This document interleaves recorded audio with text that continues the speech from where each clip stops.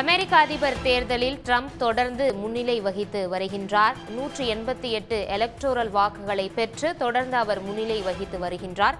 இத்தொடர்பான விவரங்களை அமெரிக்க வாழ் தமிழர் ஷான் சங்கரன் எமது இணைப்பில் இணைந்துள்ளார்.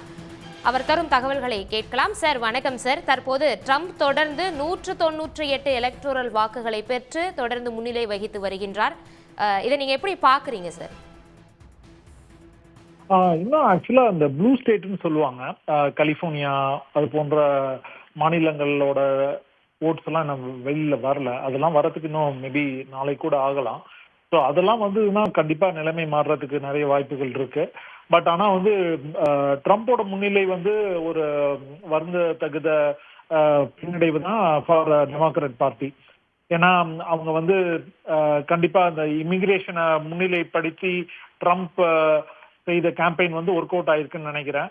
மற்றும் அந்த இன்ஃபிளேஷன் மற்ற பல காரணங்களும் அவங்களுக்கு ஒரு ஆன்டி இன்கம்பன்சி ஃபேக்டரா ஒர்க் அவுட் ஆயிருக்க வாய்ப்புகள் இருக்கு. உடனுக்குடன் செய்திகளை தெரிந்து கொள்ள சன் நியூஸ் பெல் ஐகானை கிளிக் பண்ணுங்க.